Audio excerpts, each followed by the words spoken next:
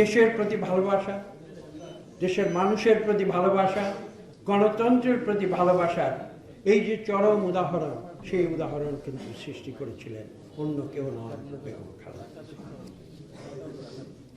এবং তার পরপর যে নির্বাচনটি অনুষ্ঠিত হয়েছিল 1996 সালে, যে দ্বিতীয় নির্বাচনটি অনুষ্ঠিত হয়েছিল, সেখানে দেশনেত্রী বেগম খালেদা জিয়া 300 আসনের ভেতরে 116টি আসন নিয়ে বৃহত্তম বিরোধী দল হিসাবে সংসদে প্রবেশ করেছিলেন।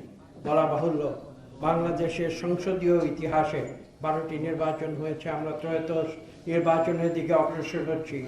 কোনোদিন এ ধরনের বৃহৎ বিরোধী দল কখনো বাংলাদেশের সংসদে কেউ প্রতিষ্ঠা করতে পারে না।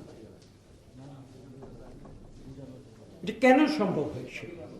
একটি মাত্র কারণ, বেগম খালেদা জিয়া তিনি জনগণের সঙ্গে ছিলেন চিরদিন। জনগণের যে সাইকোলজি, সেটি তিনি অনুভব করেছিলেন। অনেকে সেদিন পরামর্শ দিয়েছিল, আপনি কেন আপনি প্রধানমন্ত্রী হয়েছেন একটি প্রথম নির্বাচন 96 সালে, আপনি প্রধানমন্ত্রী হয়েছেন, প্রধানমন্ত্রীর পদ কেন ছেড়ে দেবেন? উনি বলেছিলেন যে আমি জনগণের সঙ্গে থাকতে চাই।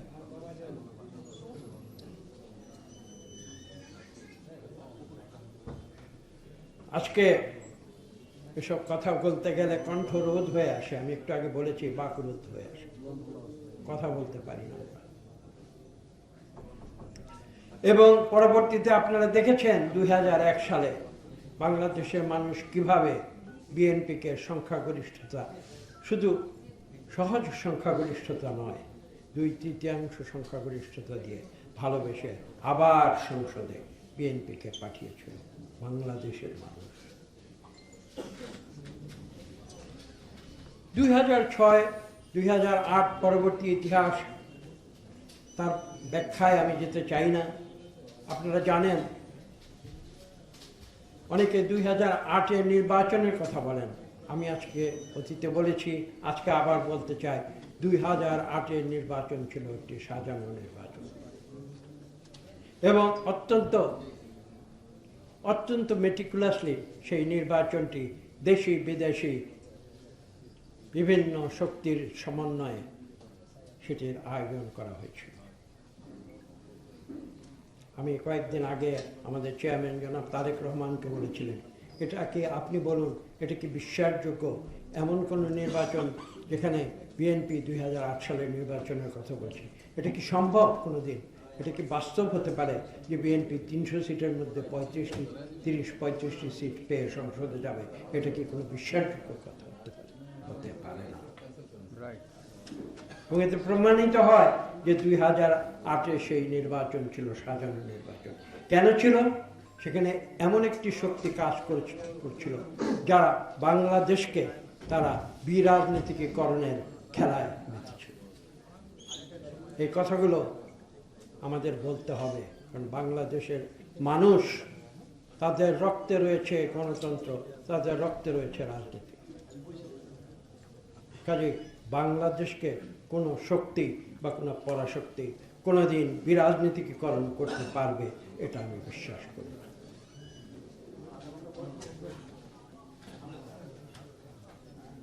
এবং দেশনেত্রী বেগম খালেদা জিয়া প্রমাণ করেছিলেন, বারবার প্রমাণ করেছেন যে তিনি জনগণের প্রতিনিধি, সত্যিকার জনগণের প্রতিনিধি। আমি একটু আগে বলেছি, তিনি জীবনে যত নির্বাচন করেছেন, প্রথমে 5টি সিট করে, পরবর্তীতে 3টি সিটে, তিনি প্রতিটি সিট থেকে তিনি নির্বাচিত হয়েছেন। জনগণের আস্থার প্রমাণ যে তারা দেশনেত্রী বেগম খালেদা জিয়াকে বাংলাদেশে গণতন্ত্রের সর্বশ্রেষ্ঠ ধারক এবং বাহক হিসাবে বিশ্বাস। বক্তব্য আমি দীর্ঘ করতে চাই না। সাম্প্রতিক ইতিহাসে আসুন, 2008 থেকে 2025 গণতন্ত্রের জন্য শুধু সংগ্রাম করেননি, মিথ্যা হামলা মোকাবেলা করেননি। আমি এখানে আরেকটি ব্যক্তিগত ঘটনা বলি। আমি একদিন তাকে বলেছিলাম যে এই যে মিথ্যা মামলা আপনাকে দিচ্ছে, আপনি কেন এই মিথ্যা মামলা আপনি কেন কোর্টে গিয়ে আপনি হাজির হচ্ছেন? আপনি আমাদের বলুন, আমরা রাজপথে থাকব। আপনি মিথ্যা মামলায় কোর্টে যাবেন না, আমরা কেউ মিথ্যা মামলায় কোর্টে যাব না। আপনারা জানেন যে বিএনপির বিরুদ্ধে 1 লক্ষাধিক মামলা দেওয়া হয়েছিল, সব বানানো, গায়েবী, মিথ্যা, বানোয়াট মামলা। আমাদের 50 লক্ষ নেতাকর্মীকে অভিযুক্ত করা হয়েছিল মিথ্যা অভিযোগ। তিনি আমাকে একটি উত্তর দিয়েছিলেন যে আমি জানি তোমরা এটা করতে পারবে, তোমরা রাজপথ দখল করতে পারবে, কিন্তু আমাকে যারা অন্যায় মিথ্যা মামলা দিয়েছে আমি নিয়ম ভঙ্গ করতে পারবো না, আমাকে নিয়ম মানতে হবে। আমি নিয়মের ভেতর দিয়ে প্রমাণ করব যে তাদের মামলা মিথ্যা, গায়েবী, এবং আমি জানি সত্যের জয় হবে। বলা বাহুল্য, আপনারা দেখেছেন 5ই জুলাই 2024 সাল সত্যের জয় হয়েছে।